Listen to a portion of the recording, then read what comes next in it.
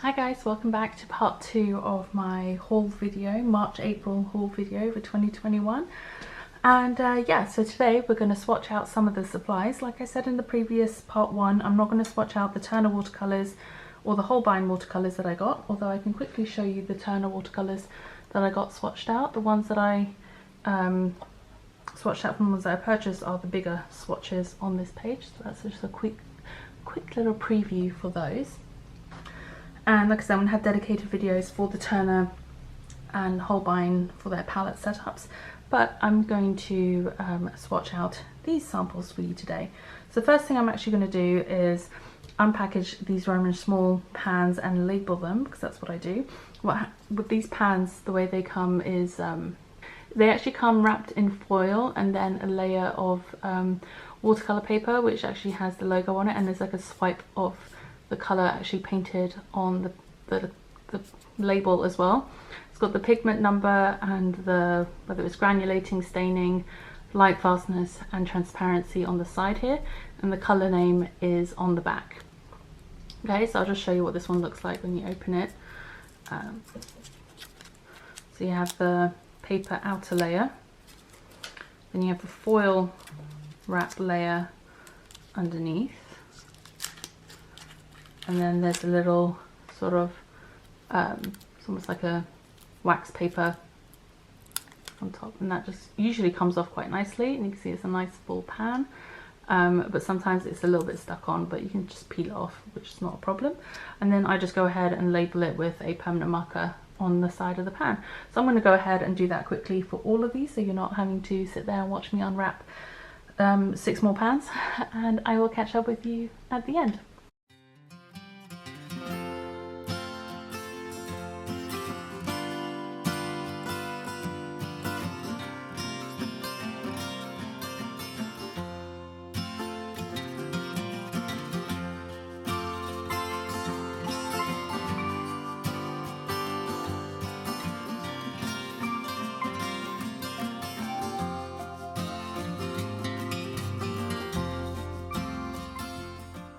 So now that's all been done, they're all labelled, and I'm just gonna somewhat organise them by colour.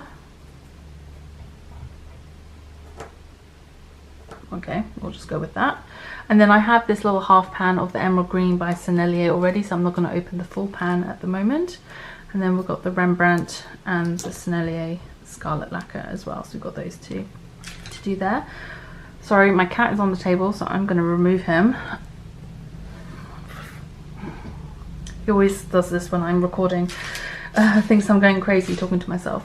And I'm also going to swatch the core colours afterwards, the pencils and the Sennelier pastels. So let's just start with these watercolours first, the pans I already have. Got my water here.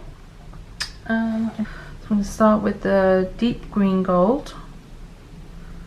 Colours by Roman Small typically re-wet really well, so, and this is one of my favourite sort of colours for mixing. It's PY 129. It's a very good mixing colour.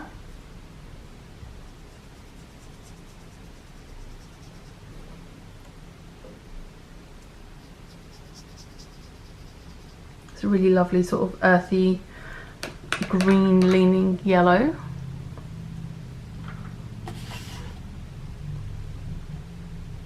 Then we have Quinacridone Burnt Sienna, which is PO 48. So in other brands this is sometimes known as Quinacridone Burnt Orange, and I really love this kind of orange. This like earthy orange shade is very much my cup of tea.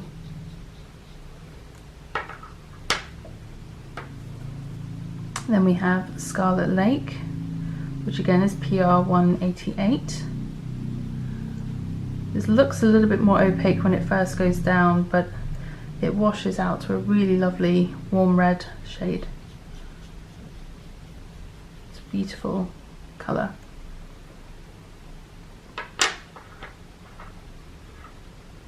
And then we have Cherry Quinacridone Red. This colour is sometimes known as just Quinacridone Red or Quin Coral by Daniel Smith. This is the Romish small version. It's a little bit more pink than the other versions I've seen, but again, it is a beautiful colour. I paint a lot of florals, so I really love having a good range of pinks and reds to paint from. This is Cobalt Teal. It's a really beautiful colour, semi-opaque, granulating colour. And again, and it's another one I really enjoy playing around with. It makes some beautiful separating mixes as well. Really love using this colour. Again, it's a bit more on the opaque side, but it washes out really beautifully. And I guess it creates some really lovely, unique mixes. And we have Prussian Blue, which is like probably one of my favourite blue colours.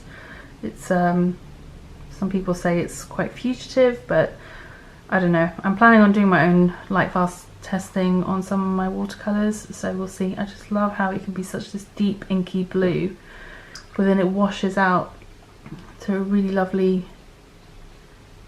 lighter colour as well. It's just such a beautiful shade. I just love this blue. And then finally from Roman Small for today, I have Olive Green Light. And again, olive green is just one of those colours. It's one of my favourite greens along with sap green. And I know it's a convenience mix. This version of olive green actually has 4 pigments in it, which is quite a lot. But I just can't get over this colour. It's such a beautiful colour. And this one is definitely a lot brighter than some of the other olive greens. Oops, I touched a bit of that Prussian blue, so we've got a bit of a bleed going on there. But that's fine, I'll just do a little bit more on this side. I just love this colour. And you can see how pushy the Roman Small paint is. Like that Prussian blue's really just pushed into that olive green. It's really lovely how it does that. Alright, so this is the Emerald Green from Sennelier, and again, it's one of those colours that's pretty unique because it looks really opaque in the pan. Like you would think this is a very opaque colour, but it's a single pigment, PG36, and it's actually fairly transparent once it's on paper. So it's a beautiful sort of minty green shade, and again makes some really lovely mixes. So now I'm just going to swatch out a little dollop of the dusk yellow, and I'll go ahead and put some of the scarlet lacquer on the paper as well while we're at it.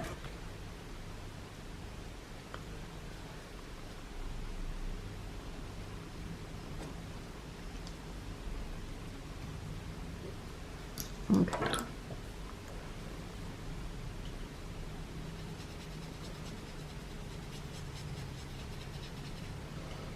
This dusk yellow really works lovely when you wash it out quite significantly, and it gives like a really nice dark granulating green tone to it, and that will show up more once as it's drying.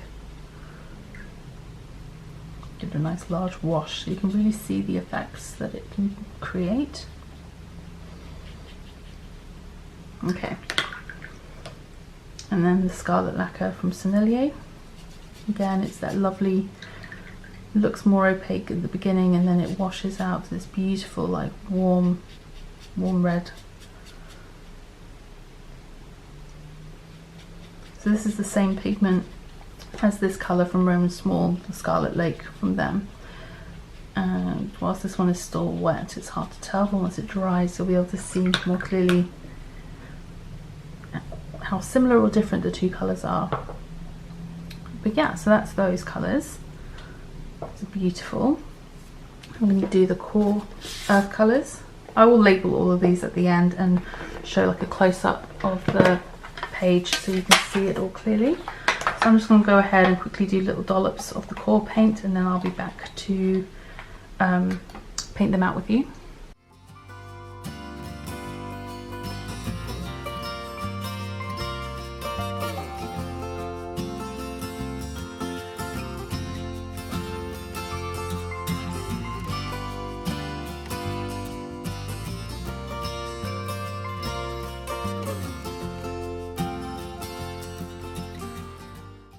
Okay, I thought I'd zoom in here for you guys. So first up we have Naples Yellow. It's like a creamy, it's a little bit more yellow ochre in colour. So If I do a little wash underneath, you'll hopefully see how these paints just move. You see how it just whooshes across the wet water. And we've got transparent brown oxide. It's a lovely sort of earthy tone, which you'd expect from this earth tone set. And again, you can see how that paint just flows across the wet page. And then we have Venetian red, and I really love this, even though it's very opaque. It's really nice. It's a nice colour to use for skin tones. It washes out to a really lovely sort of pink colour. Again, that sort of whoosh effect. And sap green. Sap green is one of my favourite green colours, and I actually really like this version as well. It's very rich.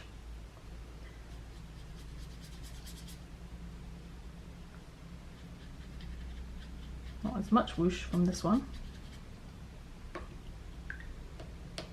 Then we have indigo, which is another colour I really love, and this is looks like it's a really nice version of it, wet version of it as well.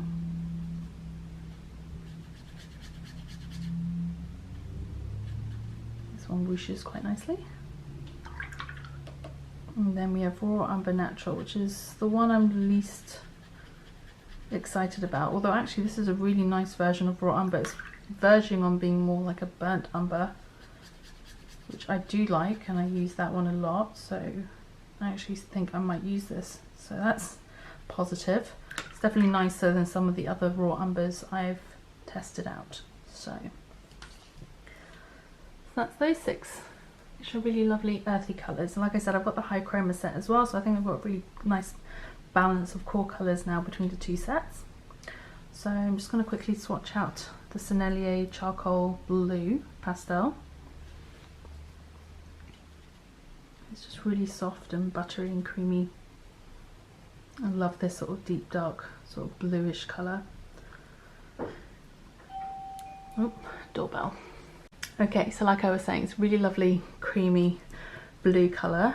This is just a transparent medium, so you're not going to see anything, but let's see how it works at sort of blending out just this little bit of blue. That's not bad. Does a decent job there. So yeah, so this should be good for trying to blend multiple colours together in a painting. So that'll be fun to play with. And now we just have the pencils. Okay, so I know the Graphitint is a water-soluble medium. The charcoal ones are not. So I'm just going to test out this one. This one's in Meadow. Again, it's that sort of really lovely olivey colour. So this is a tinted graphite, and that's how it looks with water. It's just this really lovely, you can tell this is a colour I like based on the other colours on this page. But absolutely love how this one paints out, and it's one of the ones that's not in the set I already have, that's why I wanted to get it. So I'm going to quickly swatch out the Mountain Blue from the tinted charcoal. It's got a lovely charcoal scratchiness. The green moss, and then just the dark charcoal.